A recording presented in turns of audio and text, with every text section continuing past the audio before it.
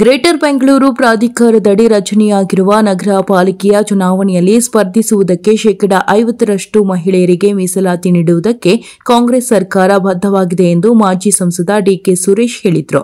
ಸರ್ಕಾರದ ಗ್ಯಾರಂಟಿ ಯೋಜನೆಗಳು ತಾಯಂದಿರಿಗೆ ತಲುಪುತ್ತಿದ್ದು ಉತ್ತಮ ಸಂಸಾರ ನಿರ್ವಹಣೆಗೆ ಸಹಕಾರಿಯಾಗಿದೆ. ಕೃಷಿ, ಹೈನುಗಾರಿಕೆ, ಸಾಮಾಜಿಕ, ಶೈಕ್ಷಣಿಕ, ರಾಜಕೀಯ ಕ್ಷೇತ್ರದಲ್ಲಿ ಒಳ್ಳೆಯ ರೀತಿಯಲ್ಲಿ ಸಮಾಜಮುಖಿ ಸೇವೆ ಮಾಡುತ್ತಿದ್ದಾರೆ ಎಂದು ಹೇಳಿದರು.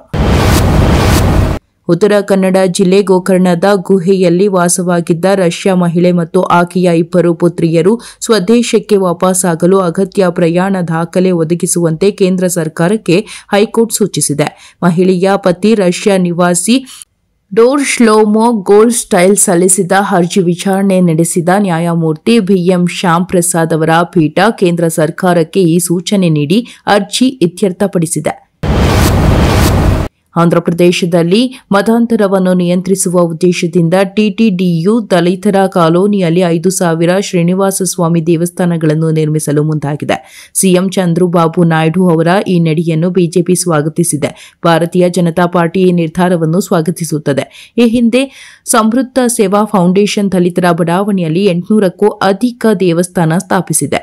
ಆಂಧ್ರಪ್ರದೇಶದ ಮೈತ್ರಿ ಸರ್ಕಾರ ಮತಾಂತರ ನಿಯಂತ್ರಣಕ್ಕಾಗಿ ಎಲ್ಲಾ ರೀತಿಯಿಂದಲೂ ಕಠಿಣ ಕ್ರಮಗಳನ್ನು ತೆಗೆದುಕೊಳ್ಳುತ್ತಿದೆ ಎಂಬ ಭರವಸೆ ನಮಗಿದೆ ಎಂದು ಯಾಮಿನಿ ಶರ್ಮಾ ಹೇಳುತ್ತಾರೆ. ಕಾಂಗ್ರೆಸ್ ನಾಯಕ ಮತ್ತು ಲೋಕಸಭೆಯ ವಿರೋಧ ಪಕ್ಷದ ನಾಯಕ ರಾಹುಲ್ ಗಾಂಧಿ ಅವರು ದಕ್ಷಿಣ ಅಮೆರಿಕದ 4 ರಾಷ್ಟ್ರಗಳಾದ ಬ್ರೆಜಿಲ್, ಕೊಲಂಬಿಯಾ ಸೇರಿದಂತೆ ಇತರ ದೇಶಗಳಿಗೆ ಭೇಟಿ ನೀಡಿದ್ದಾರೆ. ಈ ಪ್ರವಾಸದಲ್ಲಿ ಅವರು ಜಾಗತಿಕ ನಾಯಕರು, ವಿದ್ಯಾರ್ಥಿಗಳು ಮತ್ತು ಉದ್ಯಮಿಗಳೊಂದಿಗೆ ಸಂವಾದ ನಡೆಸಲಿದ್ದಾರೆ ಎನ್ನಲಾಗಿದೆ. ಆದರೆ ಈ ಭೇಟಿಯನ್ನು ಬಿಜೆಪಿ ಭಾರತ ವಿರೋಧಿ ಎಂದು ಆರೋಪಿಸಿ ತೀವ್ರವಾಗಿ ಟೀಕಿಸಿದೆ.